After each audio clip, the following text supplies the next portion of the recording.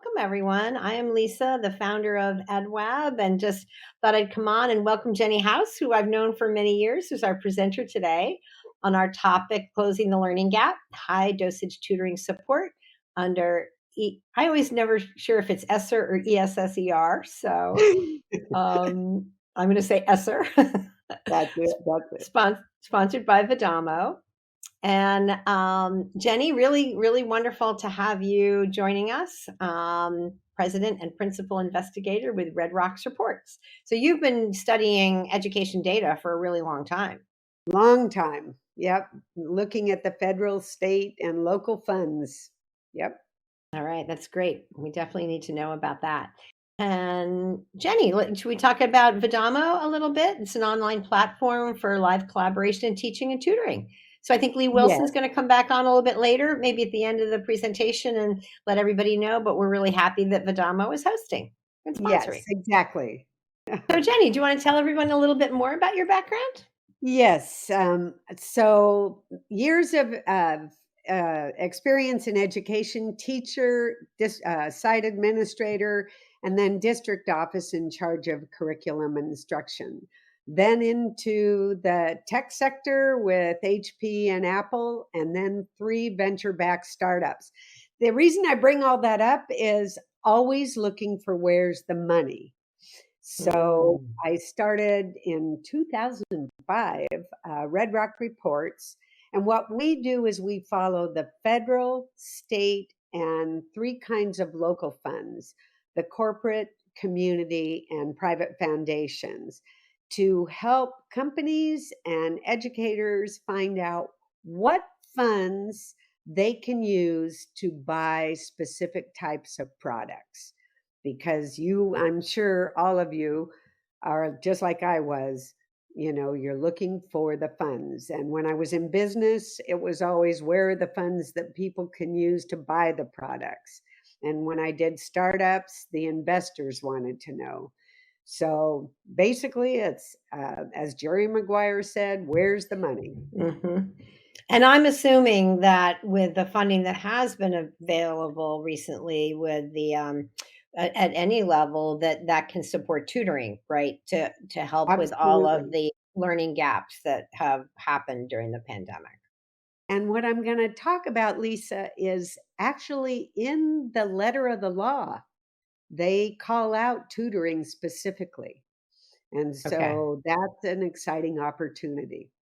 All right. Well, that's great. And I know everybody's going to want to have you get on with the show. So I'm going to drop off, but I'll be here in the background and look forward to seeing you at the end. Thank you, Lisa, so much. Welcome, everybody. I'm going to have EdWeb pull up a poll right now. And if you could fill out the poll about what is your current role, teacher, administrator, technology director, superintendent or principal, or other, just respond in the chat, if you will, please. Great. A lot of teachers, administrators, a lot of other. Okay. So we a good a sample of a little bit of everything in there. So here's what I'm going to talk about today. Education funding for tutoring. I'm going to go into, as I just said to Lisa, some of the details in the Education Stabilization Fund, which basically is your 3 tranches of stimulus funds. I'm going to remind you about ESSA, the Every Student Succeeds Act, and the annual money that we're still getting above and beyond the stimulus funds, and state funding. What's happening there? And even some other sources. I'll give you some links to go to other sources. And at the end, we'll have the Q&A. So as I'm going along, please, if you have any questions, put them in the chat and I'll be answering those. And any that I don't have time to answer, if there are too many questions, I will answer tonight and EdWeb will get those to you. Okay, let's talk about learning recovery and tutoring. I love learning recovery. Let's see, that's the positive way of talking about learning loss. But the big thing is, what is the role of tutoring and how can you afford it in your schools? We've always known that good, high quality tutors are one of the best ways to help a child get over that hump, uh, just learn a little faster, a little better. But a lot of times we can't afford it. The schools haven't had the personnel to do it, etc. Well, guess what? The pandemic had a silver lining on this one. Even though it challenged the schools to address all the learning loss, and we don't need to go into the numbers on that, that did they did come around the federal government with money funding to address learning loss. And there were three: the CARES Act, CRRSA. I'll go into the name of that later. And then the American Rescue Plan, which was the most recent. The most recent numbers on that one were 122 billion with the ARP for education. And 20% of that, by the law, by the wording in the law, is to be used for one, addressing mental and physical health, which is no surprise to any of you, and two, is tutoring students who demonstrate learning loss. So if you just do the math, 20% of 122 billion, that's a wonderful opportunity. But what kind of tutoring do we want to have?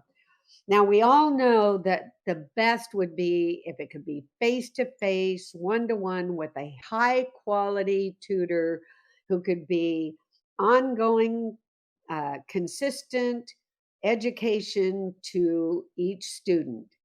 But that would require massive amounts of personnel given the extent of learning loss in the schools. We don't have school facilities with room to implement in person tutors if we had them. And we all know that, the amount of personnel available is, small or non existent in many places. So let's look at online tutoring. And the nice thing about that is it offers 24/7, no matter where you are in the world, one to one tutoring. But that requires connectivity and enough connectivity that will facilitate the type of video conferencing that we are having right now, and devices for the students and the teachers. So, it has its own challenges, but the potential for high dosage tutoring, which is that consistent tutoring by the same person, a high quality tutor who's knowledgeable in the area that needs to be tutored, say it's math or English language, you know, whatever, that potential is fantastic. That you, as the educators, all the teachers, administrators, or you, as the companies providing it, there's a great opportunity because we do have the money for the connectivity, we do have the devices for the students. We just need that accessibility for through the online tutoring. So, let's look at what are the funding sources. The normal ones are federal, state, local, and private. But if you look at the state and local, that's the majority of the funding that we get as a school district. But 85% of that, which is the normal number, goes to personnel. And the other 15%, when I was in charge of curriculum, that was used up by replacing textbooks, consumables, supplementary materials, library books, et cetera, et cetera. So that 15% was already spoken for. So the discretionary funds provided by federal funds, and when I say 8 to 10%, that was before the stimulus funds. So that's usually provided through the Every Student Succeeds Act, which is the follow on to No Child Left Behind. Private funds are like one time grants, those corporate, community, or family foundation grants that come out. But those you have to apply for, and that's a whole different thing. So we don't rely on those because those are more soft funding. So let's look at where did this stimulus money come from and where is it going? So March 27th, gosh, I can't even believe it's been that long. It's been a year or 2 years, beg your pardon, that the first CARES Act came out. And then in December 2020, the second one. And then finally, March 10th, 2021, the American Rescue Plan.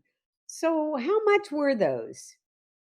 So, remember the CARES Act, and really, what we're looking at is the ESSER funds. Those are the elementary and secondary emergency relief funds. That was CARES Act. You can see was 13 billion. The CRRSA was 54 billion, and then the American Rescue Plan, as I said. There's another one that if you're sitting in a private school or if you deal with a private school, you need to look at the Ian's funds. And these were put in the second stimulus and the American Rescue Plan. They are funds specifically for private schools, okay, for parochial schools, for nonprofit and for profit private schools. So that's extra money for them. And then there was the Gear Fund. Those were funds for the governor's emergency education relief funds. And sometimes those went to higher ed, and sometimes they went to K 12. It really depended on each state and each governor's specific initiatives.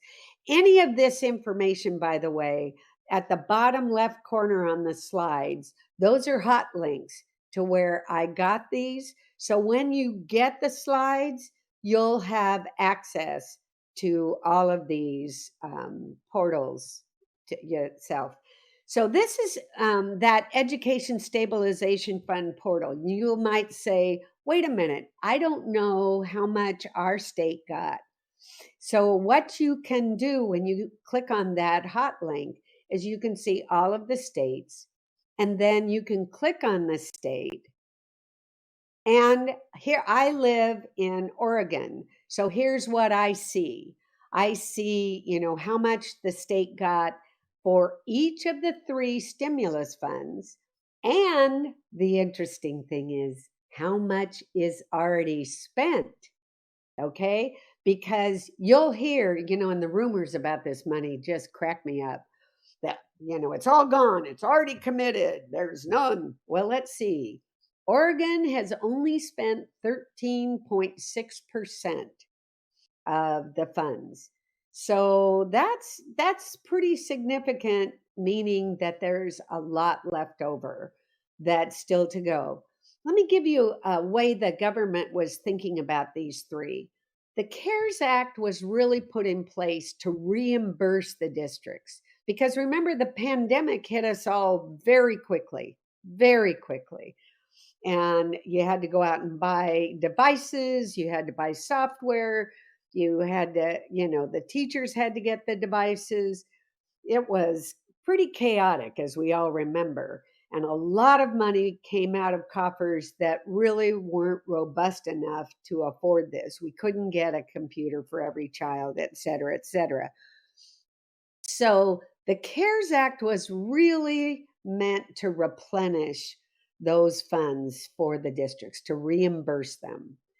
The second one was still to finish building out this capability for remote. And by then it was starting to be hybrid because some schools were beginning to go back. But it was still to finish making equity of access for all the students. So that's what the second one. The third one is where we are, this last one. It is devised to plan out for the future and sustain the learning recovery that has already started. But it had a gotcha on this. Only 2/3 was distributed to the states. Only 2/3. And then for the last third, every state had to devise a plan. But let me go back to what I see from Oregon. Not only can I see how much we have or we've received, but I can also look at every district and how much the State Department gave every district. This is just a snapshot of a few of the districts. And remember, it's districts, private schools, charter schools. So, it's all that data is in the portal for you to take a look at. So, the timing of the stimulus acts is very important because the money only goes on for a period of time. So, from the beginning of the CARES Act to the end of the American Rescue Plan, that will be September 30th, 2024. Okay. So even if you haven't technically, you can see where each one is supposed to end. Well, that kind of overlaps. So some of the money can be, if the CARES Act hasn't been totally spent, it could be carried on. So, this money doesn't go away at the end of the CARES Act or the second one. It goes on. The yellow band is interesting because that's the state funding and the state's, budgets. And so that's going on. The navy blue band is the annual Every Student Succeeds Act. So remember, that's the federal money that's going on ongoing. And at the very bottom, the gray and black, that's the school and calendar year. But the top three bands are the three stimulus acts. So when you get these, you'll be able to see this a little bit. It was developed by Whiteboard advisors just as the American Rescue Plan was being, all the details were being hammered out, and we were just finding out about it. But the dates stayed the same. So that's a helpful one for you. So remember I said the American Rescue Plan, only 2/3 went to the states? Then by June 7th, this past year, every state had to come up with a plan that said, here's what we're going to do with this last third of the money. And here are our priorities. Okay. So all of the states came out with their top priorities. And what came out was SEL and academic recovery were the very top. And in that academic recovery were learning loss, addressing learning loss, and tutoring. So as you look at all the state plans, which I've read every single one of them, the short ones and the long ones, there were some states that were very, very long.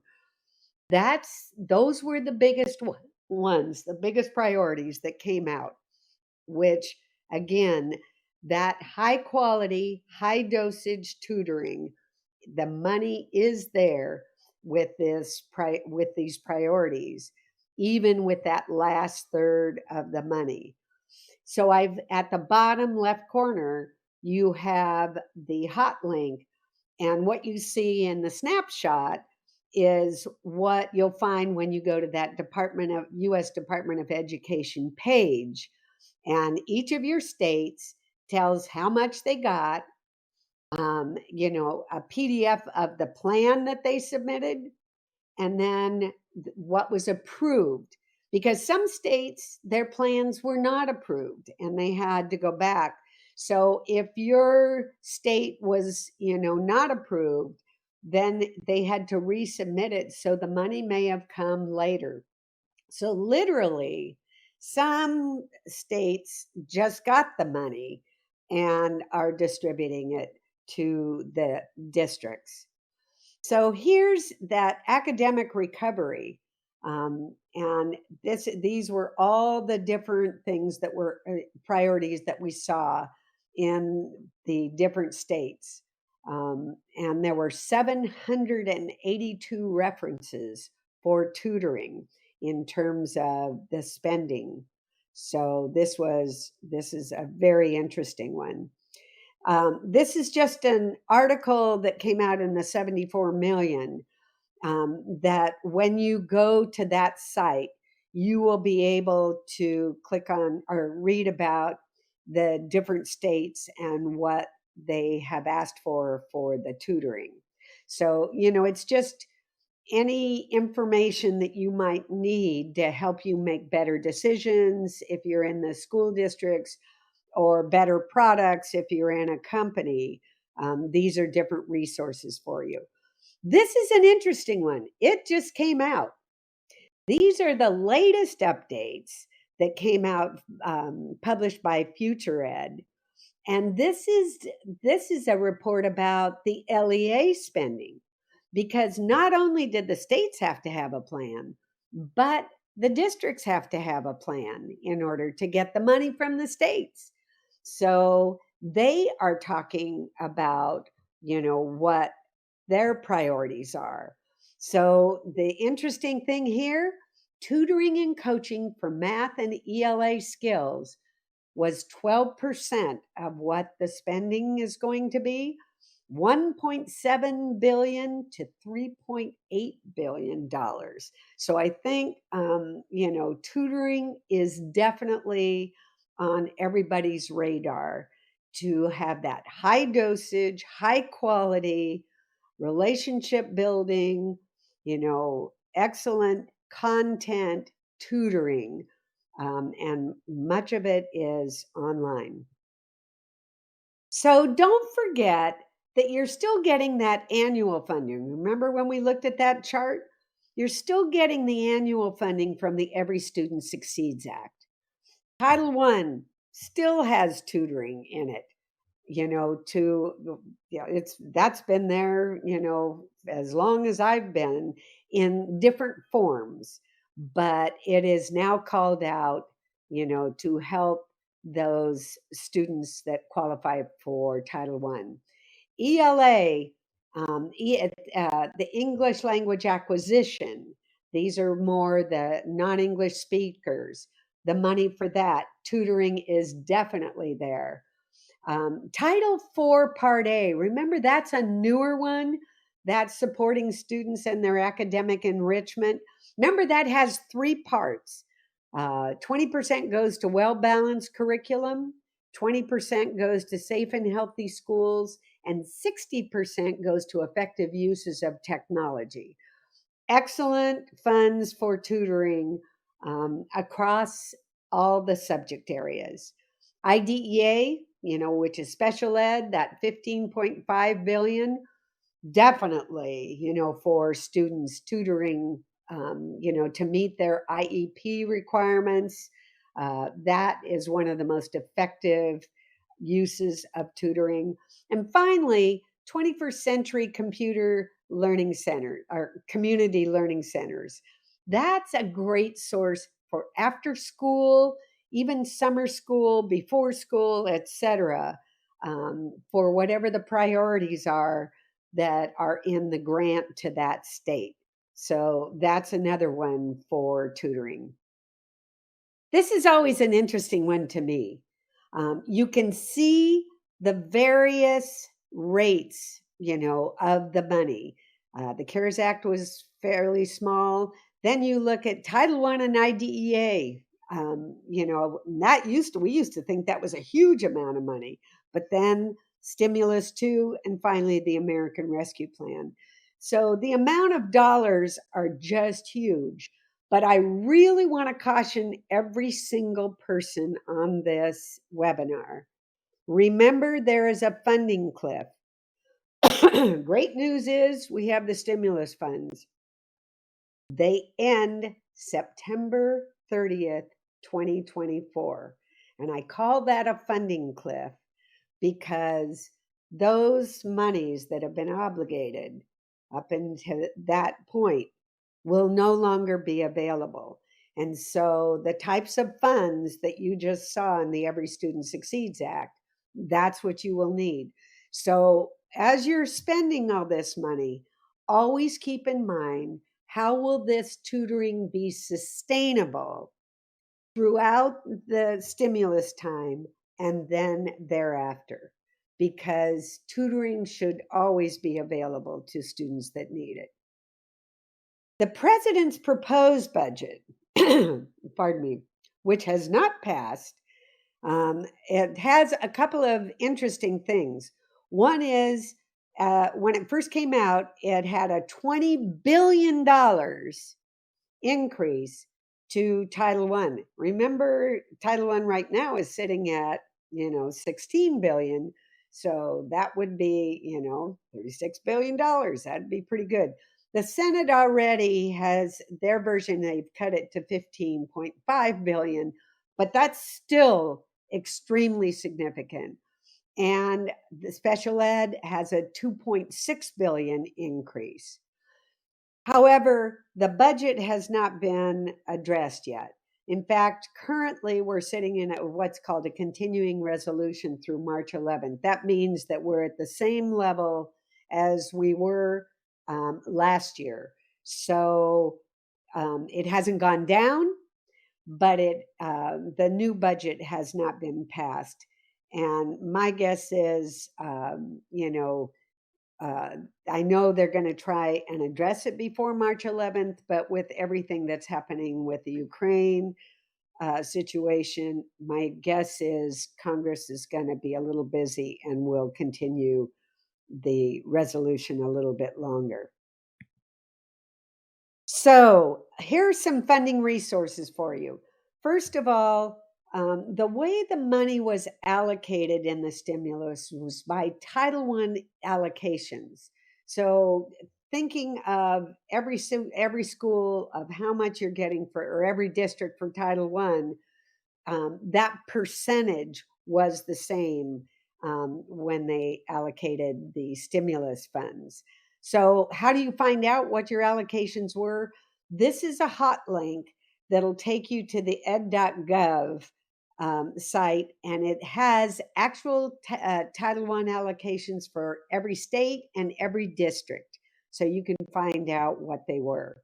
REAP eligibility is if you're a rural district, you may be getting extra money just because you get so little because of your small size. Here's the extra money that you get. And all of the districts that are eligible to get that extra money, small rural districts, are listed on that hot link. And then there are federal grants, that's a hot link there, and Get Ed funding, which are smaller grants, but again, another source for funding. So can we have the second poll, please? This poll says, does your district have a high dosage tutoring program at this time? Yes, provided by the district. Yes, provided by a third party. Not yet, but we're planning for it. Not at this time, or not applicable, or don't know. Good. I like the way you submitted that. Okay. So let's see. Here we go.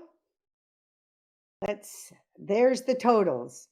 So a lot of people don't know. So it's something that you might find out when you get back with your district. So what does this mean for me? If you already have a tutoring coaching as part of your plan, there's definitely money available. Remember, ESSER funds are available through September 2024, and ESSA, the Every Student Succeeds, are annual.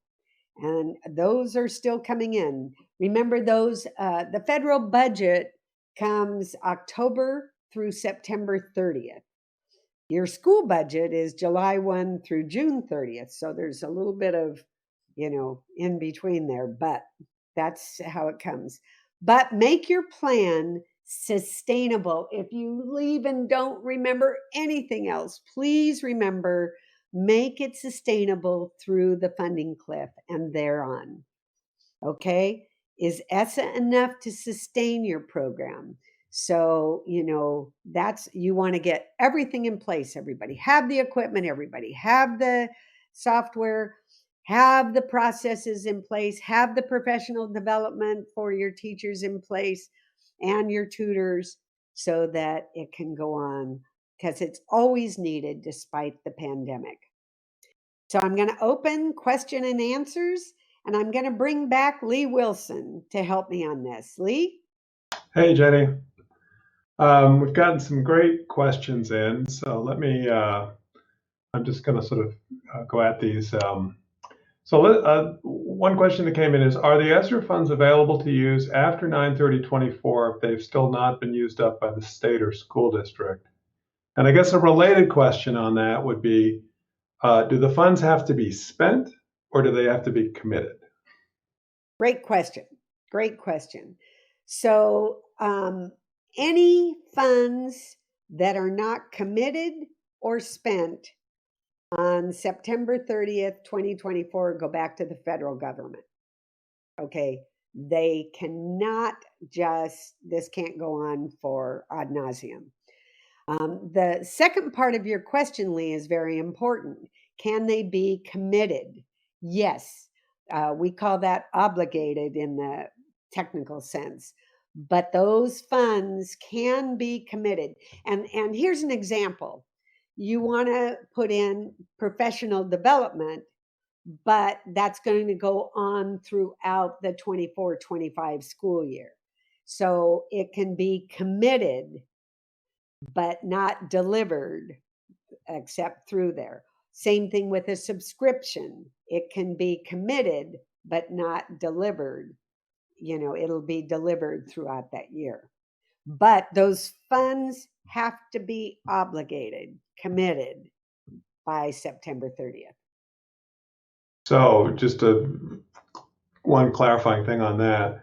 It is permissible to do a multi-year agreement on something that extends beyond as long as it's So you committed. can say, you can say, I want it to go through September 23 through September 25, but it has to be obligated. Got it. Okay. Okay.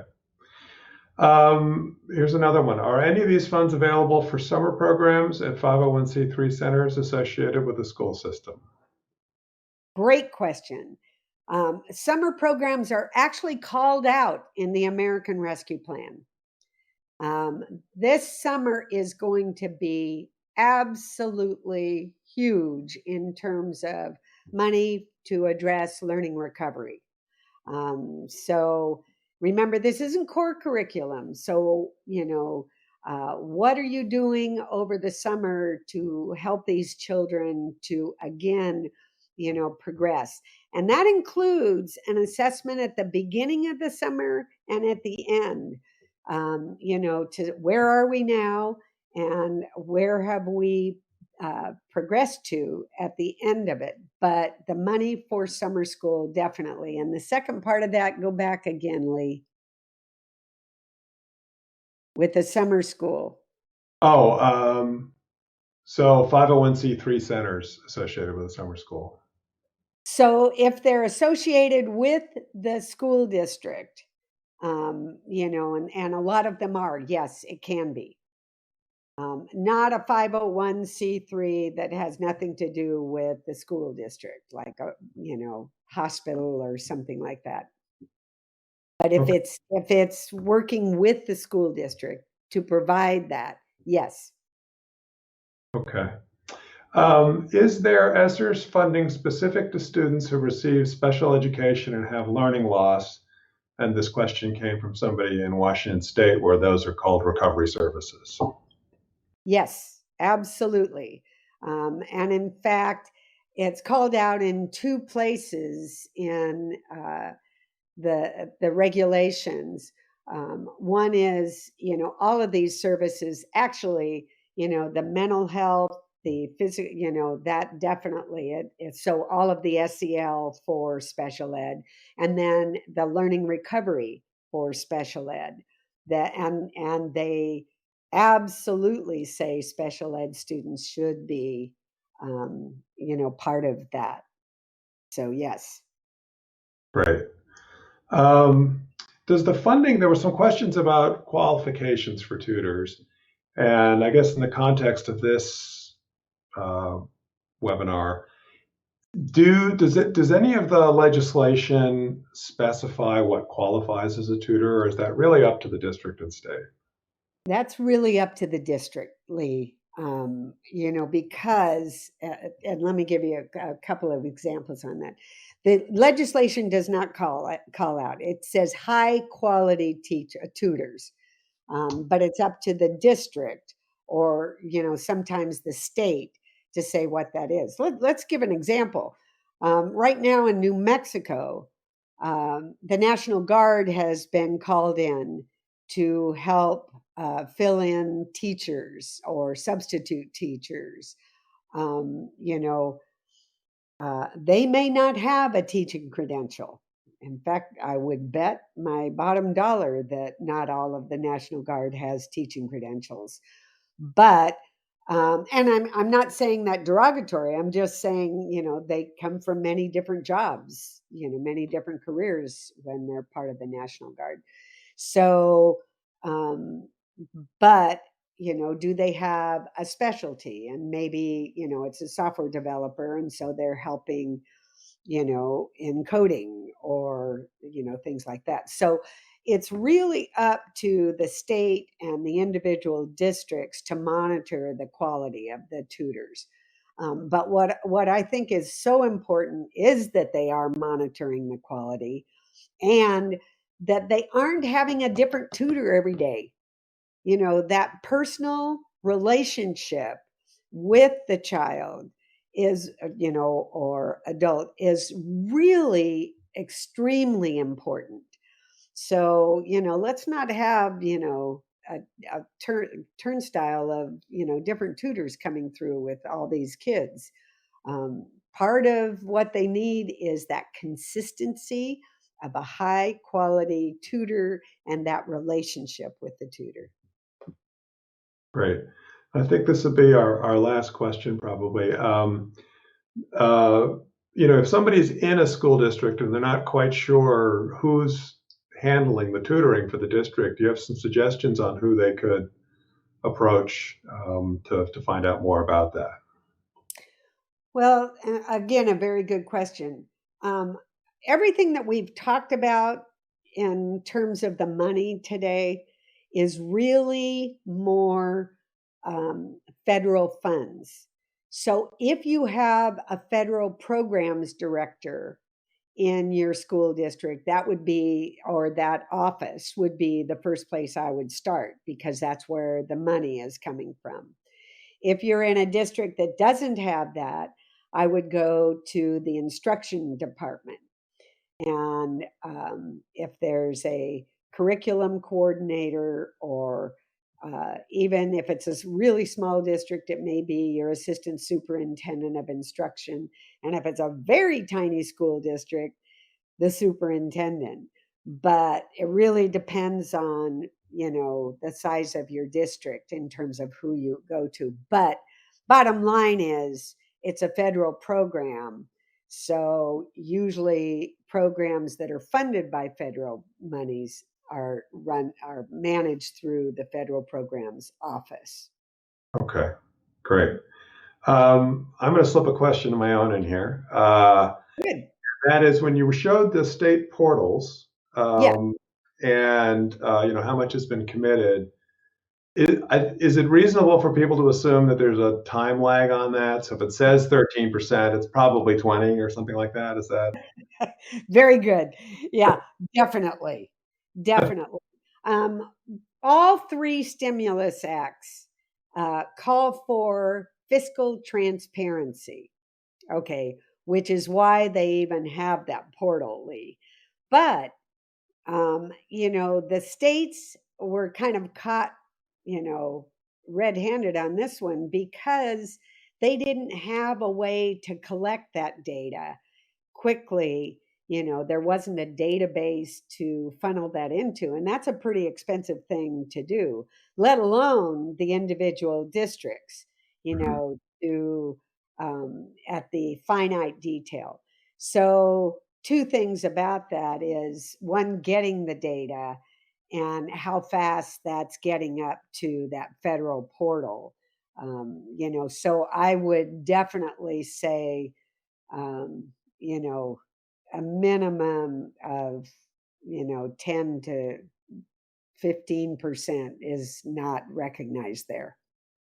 Okay, great. So it's just expect that's an indicator rather than It's a an indicator. It's a snapshot, Lee.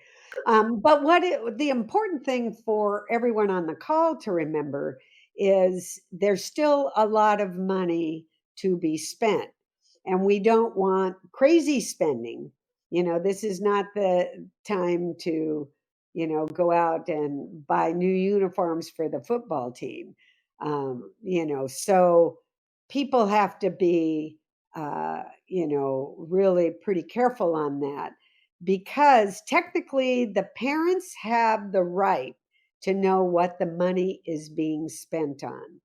So if you're not careful on what you're using it for, that's going to be to your detriment. One of the things that we follow are the policies that are in the various legislatures that are being considered for voting this year. And the amount of parental input bills are, it's unbelievable. My son lives in Oklahoma, and he was called to give input on curriculum buys. Now, this is an accountant for Boeing. Uh, Probably not the, best person. I love my son, but probably not the most knowledgeable in selecting great curriculum content. But it's only to say that this, educating your parents, both in terms of what you're buying, why you're buying it, is really important, because they are now a definite part of the constituency that needs to be considered. And one of the things with tutoring, as you're selecting your tutors, as you're selecting the programs that you're using, make sure that it is something that parental scrutiny can understand and appreciate, as opposed to this being thrust on their kid, and they don't know, who is this person that's working with my kid. So you really want to make sure that everything is above board, and the qualifications of your tutors. This is all really important, which goes back to your earlier question, Lee, about qualifications of tutors, because the scrutiny, the transparency is extremely important, and will become more so. Great. Well, Jenny, thank you so much. There was a ton of information in here, and people will get the slides and the links are there, but you will also get, as a follow-up, a white paper that Jenny has written that actually goes into more detail on all the topics that she covered in the presentation here today. So, by registering, you will get a copy of that.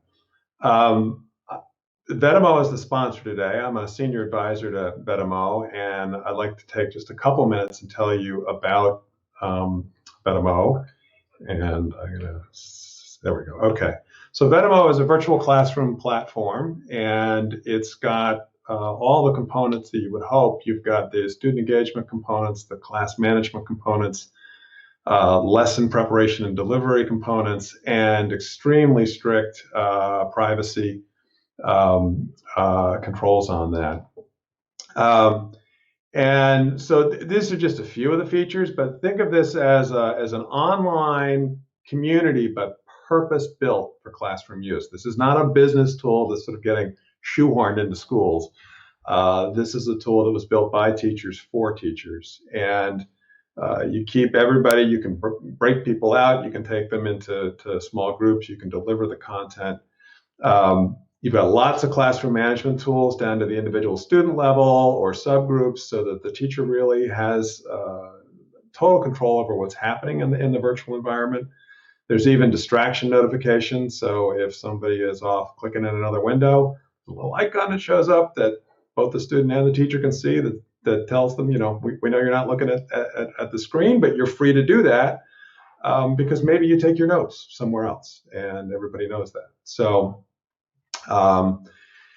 this is a product that is used all over the world. 20,000 organizations are using it for both traditional classroom instruction as well as tutoring, which is what we were talking about today. And it's used in hybrid environments as well as virtual classrooms. And if you're interested, in April, we're going to bring on, we're doing a second one in this series, and we'll bring on some practitioners who are working in those different kinds of environments to talk about how it's working for them to deliver tutoring and instruction in general in these different environments. The company is associated with all the major providers, and so if you're using one of the folks below, there's an integration with it, and it works well. And you can learn more at vetimo.com. Thanks again to Jenny for a super informative session, and Vetimo was really, really tickled to be able to sponsor this today. Yeah, it was wonderful. And Jenny, you explained it so well. No matter how many times I go hear this information, it's hard. So I love your slides. I love your information. I love that you have more information that everyone will get for it. So thank you so much. We're so happy you came today.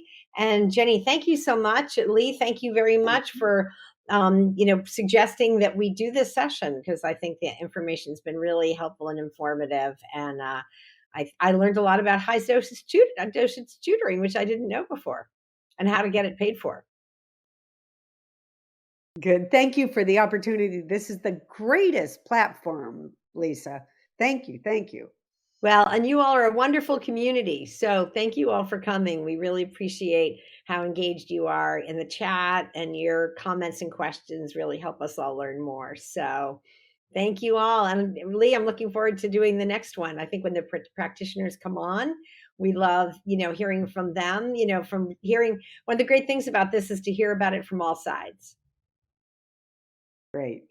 And thank you to Vedamo for sponsoring today. So enjoy the rest of your day, everyone. Thank you.